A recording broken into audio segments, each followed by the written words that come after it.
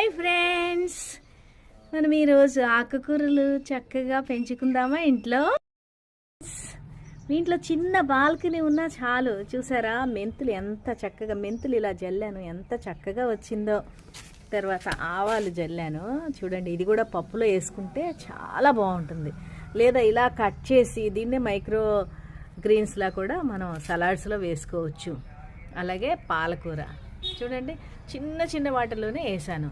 అంటే కెమికల్స్ లేకుండా మనమే ఇంట్లో వంటగదిలో ఉన్న విత్తనాలనే తీసుకొని మనం ఇలా పండించుకొని చక్కగా వారంలో మూడు సార్లు తింటే మళ్ళీ వారం అయ్యేటప్పటికి చక్కగా గ్రో అవుతుంది. ఎంత బాగుందో చూసారా, ఫ్రెష్గా చక్కగా ఆరోగ్యంగా ఇలా ఇంట్లోనే చిన్న బాస్కెట్ లాంటి దాంట్లో వేసి పెంచుకోండి, ఆరోగ్యాన్ని కాపాడుకోండి.